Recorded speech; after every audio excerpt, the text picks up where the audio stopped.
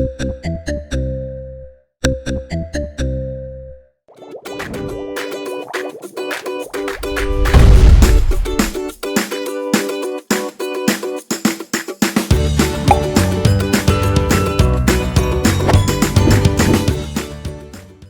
students. I hope you're doing well and great. I'm Abdullah, your chemistry instructor from tutoria.pk. And today, now let's take a quick review of chapter 9 of your grade 10th. देखिए students, इस chapter के introduction में हमने पढ़ना है कि reversible और irreversible reactions क्या होते हैं, डायनामिक इक्विलिब्रियम क्या होता है, कैसे अचीव होता है, लॉ ऑफ मास एक्शन क्या है, इक्विलिब्रियम कांस्टेंट क्या होता है, कंडीशंस फॉर इक्विलिब्रियम क्या हैं, वेज टू रिकॉग्नाइज इक्विलिब्रियम यानी इक्विलिब्रियम हम किस तरीके से रिकॉग्नाइज कर सकते हैं, और आखिर में हम पढ़ेंगे कि इंपॉर्टेंस ऑफ इक्विलिब्रियम कांस्टेंट क्या है। तो स्टूडेंट, सबसे पहले हम स्टार्ट लेते हैं reversible reaction and dynamic equilibrium से। देखिए स्टूडेंट्स, हमारे पास केमिस्ट्री में दो तरीके के रिएक्शंस होते हैं, आइदर रिवर्सिबल्स आइदर इरिवर्सिबल। अब रिवर्सिबल रिएक्शंस ऐसे रिएक्शन होंगे कि जिसमें प्रोडक्ट के पास एबिलिटी होगी कि वो दोबारा रिएक्टेंट्स बना सकते हो। हम रिवर्सिबल रिएक्शन को डिफाइन करते हैं, a reaction in which the products can recombine to form reactants are called as reversible reactions। आइए स्टूडेंट, इसकी एक एग्जांपल लेते हैं तो आपको अच्छी तरह अंडरस्टैंड हो जाएगा कि हम क्या बात करना चाह रहे हैं। देखिए स्टूडेंट्स, नाइट्रोजन रिएक्ट करता है हाइड्रोजन के साथ N2 plus 3 mole of H2, तो इससे बनता है अमोनिया, रिवर्सिबल रिएक्शन होता है, और अमोनिया बनता है 2 मोल्स ऑफ NH3 बनता है। अब ये 2 और 3 बैलेंसिंग के लिए आए हुए हैं। यहाँ पे देखें 6 हाइड्रोजन है तो यहाँ भी 6 हाइड्रोजन है, दो नाइट्रोजन है तो यहाँ पर भी 2 नाइट्रोजन है। अब देखिए स्टूडेंट्स, ये रिएक्शन रिवर्सिबल है। रिवर्सिबल का मतलब कि अमोनिया के पास एबिलिटी होगी कि वो दोबारा नाइट्रोजन और हाइड्रोजन में कन्वर्ट कर सकते हो अपने आप को। इसलिए मैंने इसको फॉरवर्ड और रिवर्सिबल दो एरो से रिप्रेजेंट किया है। देखिए, फ्रंट वाली एरो फॉरवर्ड के लिए और नीचे वाली एरो रिवर्स के लिए होती है। इसका मतलब ये रिवर्सिबल रिएक्शन है। चलते हैं रिवर्सिबल रिएक्शंस की तरफ। A reaction in which the products cannot recombine to form reactants are called irreversible reaction। तो स्टूडेंट्स, एक ऐसे रिएक्शंस कि जिनमें प्रोडक्ट के पास एबिलिटी ना हो कि वो दोबारा रिएक्टेंट्स बना सकते हो, बस ऐसे ही रिएक्शन इरिवर्सिबल रिएक्शन कहलाएंगे। आइए उसको एग्जांपल से देखते हैं। देखिए, हमारे पास लेट सपोज हाइड्रोजन है, वो रिएक्ट करता है ऑक्सीजन के साथ, हाफ मोल्स ऑफ ऑक्सीजन के साथ, और यहाँ से ये बनाता है वाटर। तो देखिए, इसको मैं सिंगल एरो से रिप्रेजेंट कर रहा हूँ। ये सिर्फ फॉरवर्ड जा रहा है, यानी कि रिवर्स नहीं आ सकता, कोई बैकवर्ड एरो यहाँ पर नहीं है।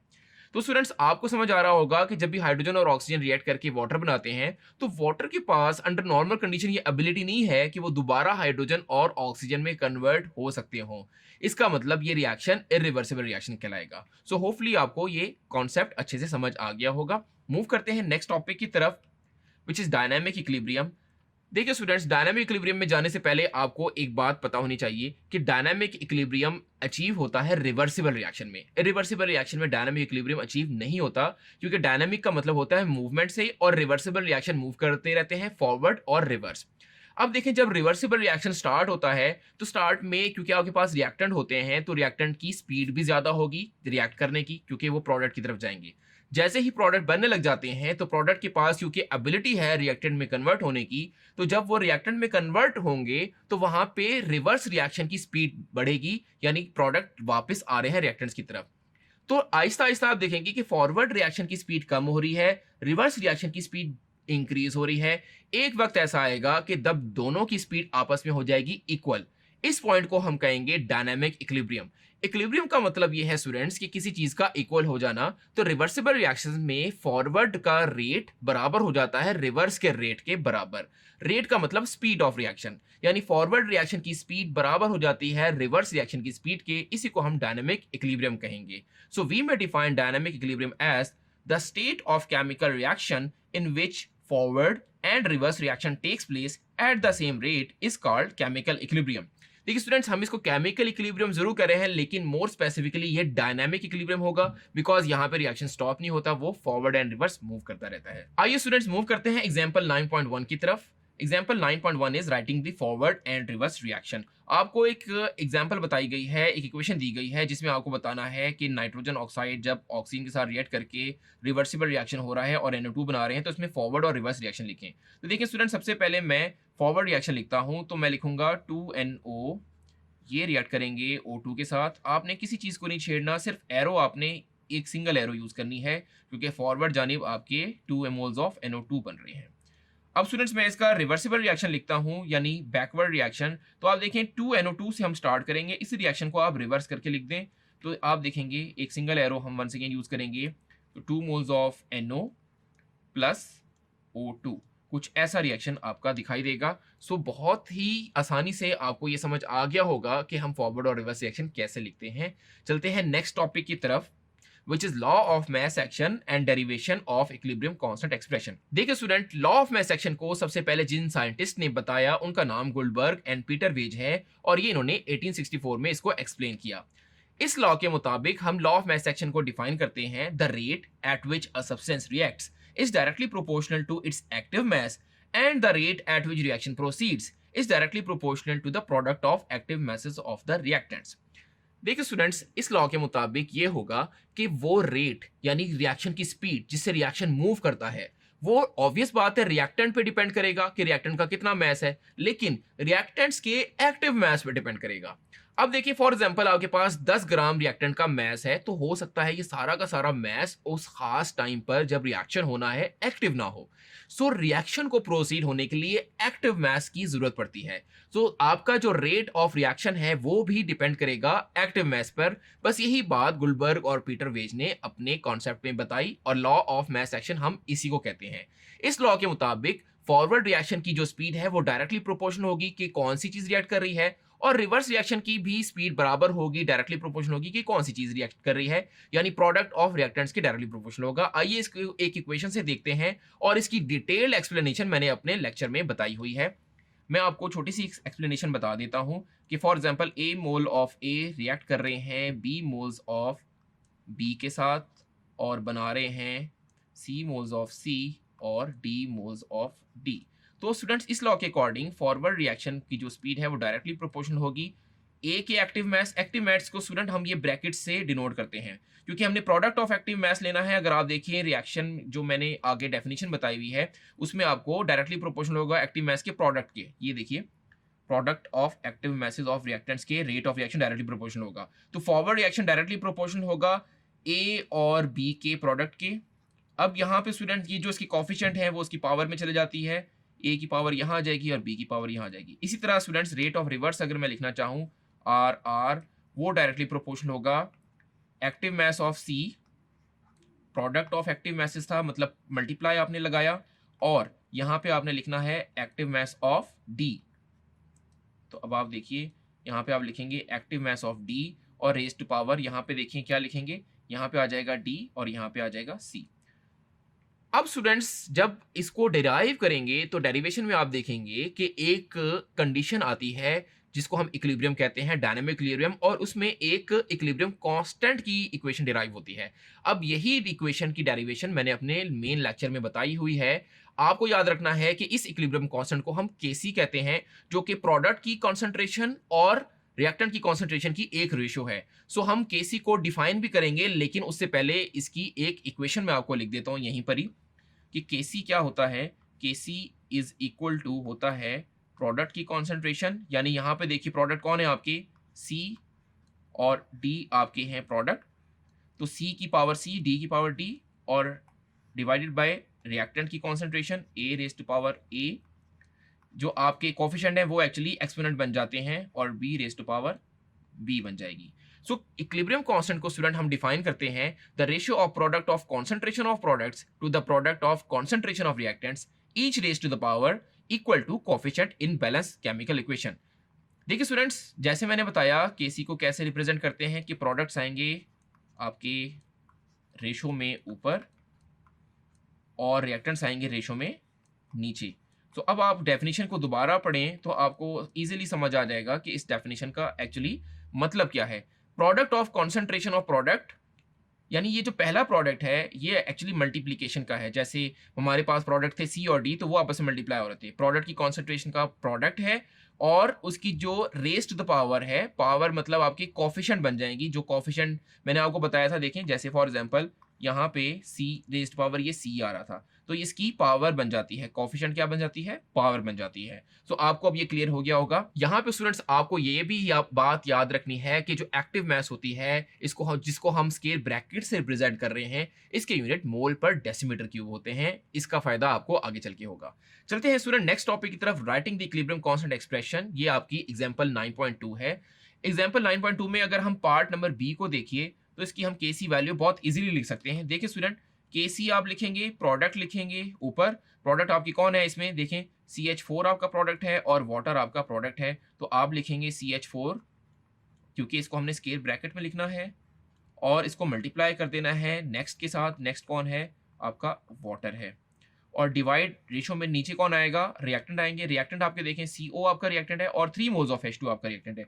तो एक तो एक्टिव मास ऑफ CO आएगा और साथ में H2 भी आएगा। लेकिन आप देखेंगे ये जो इसकी कोफिशिएंट है, मैंने आपको इक्विलिब्रियम कांस्टेंट की डेफिनेशन बताया, इसको हम पावर में लिख देंगे यहाँ पे, ऐसे करके केसी वैल्यू लिखेंगे। सो होपफुली स्टूडेंट्स आपको एग्जांपल 9.2 अच्छे से समझ आ गई होगी कि जिसमें हमने केसी को कैसे रिप्रेजेंट किया। आइए मूव करते हैं नेक्स्ट टॉपिक की तरफ, which is condition for equilibrium.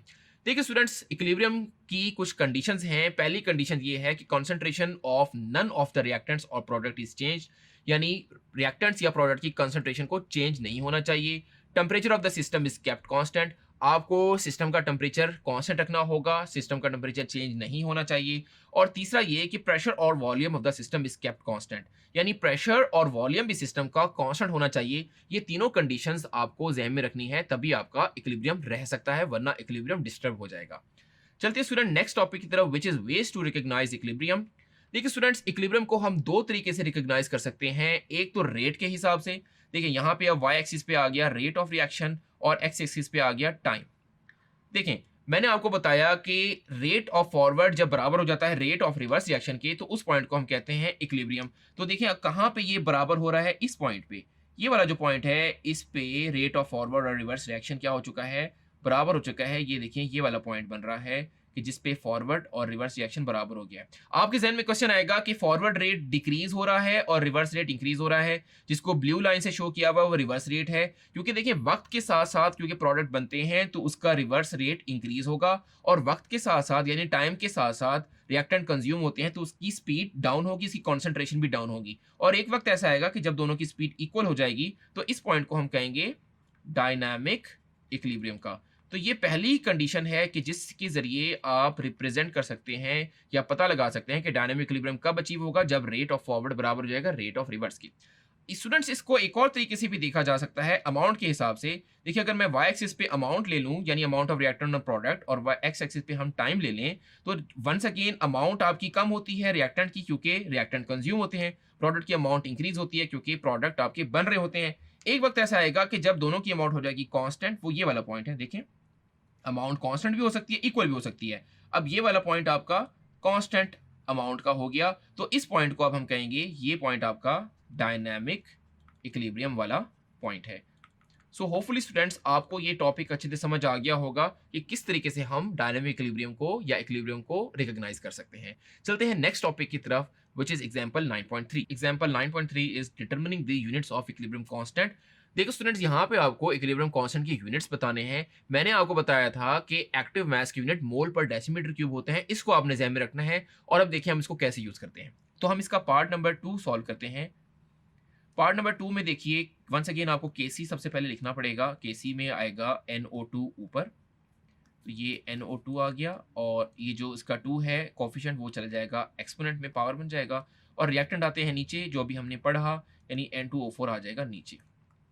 अब देखिए स्टूडेंट्स की यूनिट कैसे लिखेंगे। ये जो स्केल ब्रैकेट है जिसको हम एक्टिव मास कहते हैं, इसके यूनिट होते हैं मोल पर डेसीमीटर क्यूब। तो यहाँ पे आप लिखें मोल पर डेसीमीटर क्यूब, इसको DM-3 लिख दें। और इसका देखें स्केयर भी आपको करना पड़ेगा, क्योंकि यहाँ पे देखें ये आपका स्केयर भी है, नीचे डिवाइड हो रहा है, एक सिंगल है तो ये मोल पर डेसीमीटर क्यूब एक सिंगल ब्रैकेट के लिए, तो ये सिंगल ही आ जाएगा। अब स्टूडेंट यहाँ पे कुछ कैंसिलेशन हो जाएगी कि ये 2 इसके पूरे से कैंसिल हो जाएगा, तो पावर ऊपर रह जाएगी, सिंगल पावर रह जाएगी, यानी रह जाएगा मोल पर डेसीमीटर क्यूब।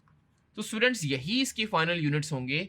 आपको फाइनल यूनिट्स कैंसिलेशन करने के बाद देने होते हैं। और एक बात ध्यान में रखें, जब प्रोडक्ट्स के मोल्स और रिएक्टेंट के मोल्स बराबर हों तो कोई यूनिट ही नहीं आते, क्योंकि वो कैंसल हो जाती है। ऐसा एग्जाम्पल नंबर 1 को जब आप सॉल्व करेंगे तो आपको आइडिया हो जाएगा। फॉर एग्जाम्पल देखिए, आपके पास हाइड्रोजन के हैं 1 और आयोडीन के 1 मोल, तो टोटल मोल्स रिएक्टेंट साइड पे हो गए 2 मोल्स और प्रोडक्ट साइड पे भी 2 मोल्स हैं, तो इसकी डायरेक्ट मैं बता सकता हूं कि कोई यूनिट नहीं होंगे। चलते हैं स्टूडेंट नेक्स्ट टॉपिक की तरफ, which is importance of equilibrium constant. देखिए स्टूडेंट्स, इक्विलिब्रियम कांस्टेंट की कुछ इंपॉर्टेंस है। पहली इंपॉर्टेंस तो ये है कि हम पता लगा सकते हैं, अगर हमें किसी भी रिएक्शन की इनिशियल कॉन्सेंट्रेशन का पता है, सो हम इक्विलिब्रियम पे क्या कॉन्सेंट्रेशन होगी ये हम इक्विलिब्रियम कांस्टेंट से बता सकते हैं। सेकंड, हम ये बता सकते हैं कि डायरेक्शन ऑफ केमिकल रिएक्शन क्या होगी, यानी केसी की वैल्यू, इक्विलिब्रियम कांस्टेंट की वैल्यू आपको बता देगी कि रिएक्शन ने फॉरवर्ड आना है या रिएक्शन ने रिवर्स आना है। इसके अलावा student, predict the extent of reaction, हम ये बता सकते हैं कि रिएक्शन किस हद तक कंप्लीट हुआ है या अभी उसको कंप्लीट होना है या अभी बिल्कुल कंप्लीट नहीं हुआ। सो हम इक्विलिब्रियम कांस्टेंट से ये भी पता लगा सकते हैं। चौथा पॉइंट ये है कि हम effect of change in condition of a chemical reaction भी बता सकते हैं कि आप टेम्परेचर चेंज करें, प्रेशर चेंज करें, कि उसकी वजह से जो आपके इक्विलिब्रियम कांस्टेंट पे चेंज आएगा उसको भी हम केसी की वैल्यू से पता लगा सकते हैं। सो होपफुली स्टूडेंट्स, आपको ये समरी अच्छे से समझ आ गई होगी।